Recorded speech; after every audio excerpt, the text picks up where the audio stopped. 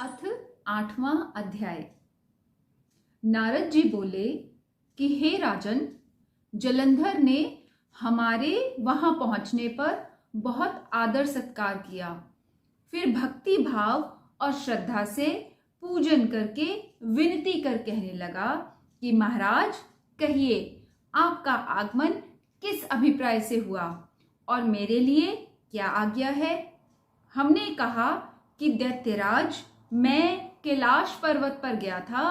वहां पार्वती सहित शिव अवधूत और उनका वैभव देखकर मैं चकित रह गया।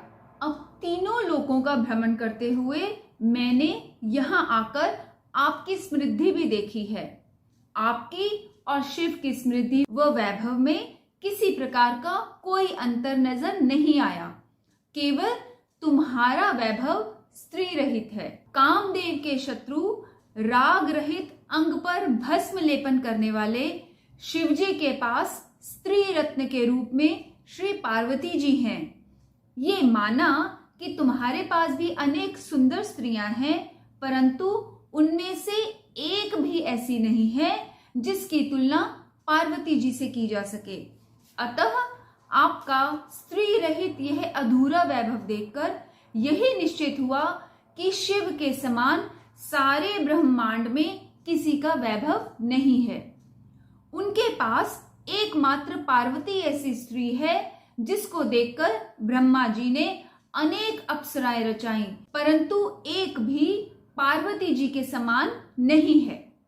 नारद जी बोले कि हे राजा पृथु, मैं तो केवल इतनी बात कहकर वहां से चला आया, परंतु पार्वती जी की अपूर्व सुंदरता की बात सुनकर जलंधर कामदेव के ज्वर से पीड़ित हो गया और उसी समय राहु को बुलाकर कहा कि तुम अभी कैलाश पर्वत पर जाकर शिव को हमारी आज्ञा सुनाओ और कहो कि त्रिलोकी के राजा अति पराक्रमी जलंधर ने आज्ञा दी है कि 3 लोक के नाथ और सब रत्नों के स्वामी के अतिरिक्त शमशानवासी तथा नर मुंडों की माला धारण करने वाले और जटाजूट धारी अवधूत के पास पार्वती जैसी परम सुंदर स्त्री शोभा नहीं देती।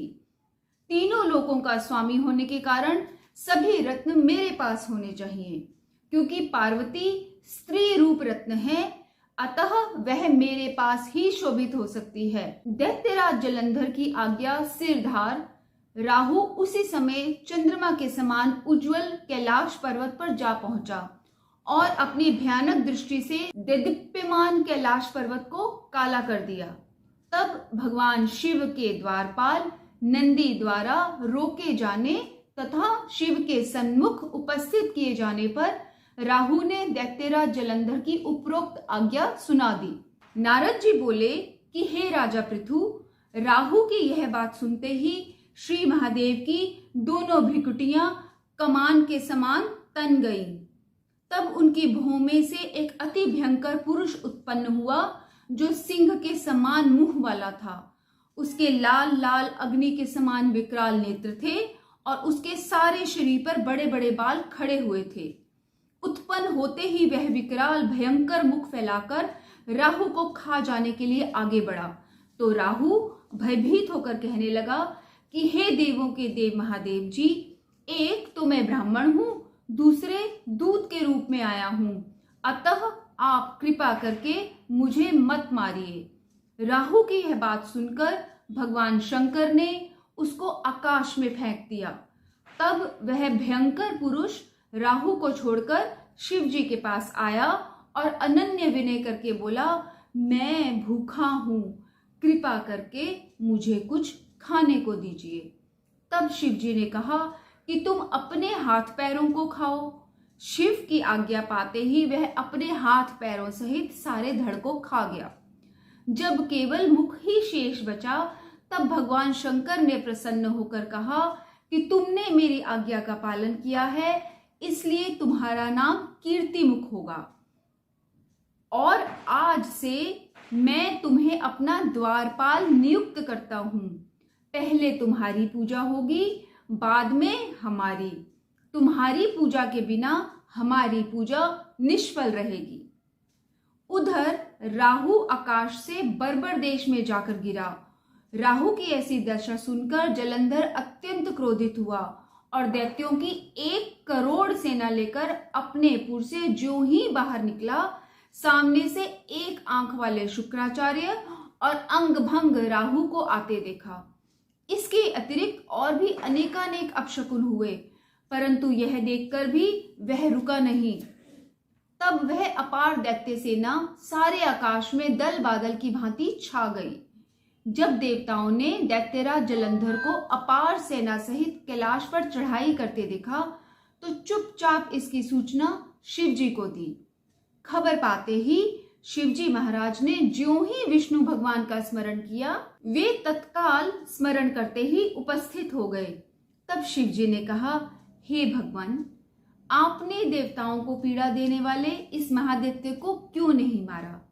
इतना ही नहीं, आप स्वयं श्री लक्ष्मी सहित उसके घर में विराजमान हो गए। आखिर इसका क्या कारण है? तब भगवान विष्णु ने उत्तर दिया कि यह महादैत्य आपके अंश से उत्पन्न हुआ है और फिर यह लक्ष्मी जी का भाई भी है, इसी कारण हमने उसको नहीं मारा है। अस्तु, यह महादैत्य आपके ही हाथ से मारा जाएगा। भगवान विष्णु की यह बात सुनकर शिव जी ने कहा कि यह तेजस्वी दैत्य हमसे भी ऐसे नहीं मारा जाएगा, अतएव इसको मारने के लिए आप अपना तेज देने की कृपा कीजिए। शिव जी के वचन सुनकर श्री विष्णु भगवान सहित समस्त देवताओं ने अपना अपना तेज दे दिया। तत्पश्चात शिव जी महाराज उस तेज को इकट्ठा करके ज्वालामाली, सुदर्शन चक्र और एक वज्र बनाकर जलंधर से युद्ध करने के लिए तैयार हुए। शिवजी के भूत गणों की सेना में समस्त देवतागण भी सम्मिलित हो गए। उधर जलंधर अपनी सेना सहित कैलाश के समीप जा पहुंचा और इधर कीर्तिमुख, नंदी आदि समस्त गण तथा देवताओं की सेना भी युद्ध क्षेत्र में आ डटी। इसके पश्चात देवताओं और जलंधर का ऐसा घोर संग्राम हुआ कि जिससे समस्त भूमंडल कंपायमान हो गया। युद्ध के मैदान में जितने दैत्य मरते, दैत्य गुरु शुक्राचार्य उन्हें अपनी संजीवनी विद्या से जीवित कर देते थे। यह दृश्य देख भूत आदि गणों ने शिवजी के समीप जाकर उनसे संपूर्ण वृतांत कहा। तब शिवजी ने कंदरा के समान मुख वाली महाभयंकर तालजंघा नामक एक कन्या अपने मुख से उत्पन्न की। वह कन्या हुंकार मारकर दैत्यों को अपने मुख में डालती हुई श्री शुक्राचार्य जी को उठाकर अलोप हो गई। तब शिवगण निर्भय होकर दैत्य सेना को बुरी तरह मारने लगे। गणों की इस मार से व्याकुल होकर दैत्य सेना भाग खड़ी हुई। दैत्य सेना को इस प्रकार भागते देखकर जलंधर के सेनापति शुंभ, निशुंभ और कालनेमी ने आगे बढ़कर देव सेना पर प्रत्याक्रमण कर दिया। अब देव सेना दैत्यों की मार से विचलित हो उठी। तब गणेश और शुंभ का महाघोर संग्राम हुआ।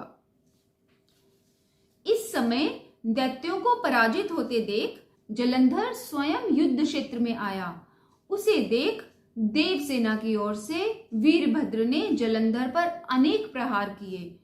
तब जलंधर ने क्रोधित होकर अपना परिघ उस पर दे मारा और उसके रथ की ध्वजा काट दी। फिर देव सेना पर भयंकर बाण वर्षा करके उसमें भगदड़ मचा दी। अपनी सेना की यह दशा देख स्वयं शिवजी वृषभ यानी बैल पर सवार होकर युद्ध क्षेत्र में आए और उन्होंने तीव्र बाणों की वर्षा प्रारंभ कर दी। शिवजी के प्रहारों से दैत्य सेना इस प्रकार भागने लगी जैसे कार्तिक मास के व्रत से पाप समूह भाग जाते हैं। उसी समय शिवजी ने अपने बाणों से खड्ग रोमा का सिर काटकर पृथ्वी पर गिरा दिया। इसके पश्चात ज्यों ही जलंधर आगे बढ़ा, शिवजी ने उसके रथ के घोड़ों तथा सारथी को मार गिराया। तब जलंधर खड्ग हाथ में लेकर पैदल ही शिवजी की ओर दौड़ा। शिवजी ने तत्क्षण आगे बढ़कर एक मुक्का उसकी छाती में मारा, जिससे दैत्य विहल हो गया। इस प्रकार जब जलंधर ने देखा कि शिव अजय हैं, तो उसने गंधर्व माया रची। गंधर्व तथा अप्सराएं युद्ध क्षेत्र में नृत्य और गायन करने लगी। शिवजी भी इस माया में फंसकर नाचने तथा गाने लगे। शिवजी को इस माया में फंसा देखकर जलंधर महादेव जी का रूप धारण कर पार्वती जी के पास गया और उनका सुंदर रूप देखकर कामांध हो गया। पार्वती जी शिवजी को आया देखकर खड़ी हो गईं, परंतु तुरंत ही इस राक्षसी माया को समझकर वहां से अंतर्धान हो गई। तब निराश जलंधर पुनः युद्ध क्षेत्र में आ गया। उधर जलंधर के चले जाने पर पार्वती जी ने ज्यों ही भगवान विष्णु का स्मरण किया, वे तत्काल उपस्थित हो गए और उन्होंने जलंधर के शीघ्र मारे जाने का आश्वासन दिया। फिर विचारने लगे कि जलंधर ने स्वयं ही अपनी मृत्यु का रास्ता बता दिया है। यह दुष्ट वृंदा के पतिव्रत धर्म के कारण ही नहीं मर रहा है। अतएव देवताओं तथा अपने भक्तों की रक्षा करने के लिए हमको ही वृंदा को धर्म से डिगाने का घोर कर्म करना पड़ेगा, क्योंकि ऐसा किए बिना यह दुष्ट नहीं मरेगा। इतनी ही देर में शिवजी भी राक्षसी माया से मुक्त हो गए और जलंधर को आया देख उस पर बाण वर्षा करने लगे। इति 8वां अध्याय। ओम नमो भगवते वासुदेवाय।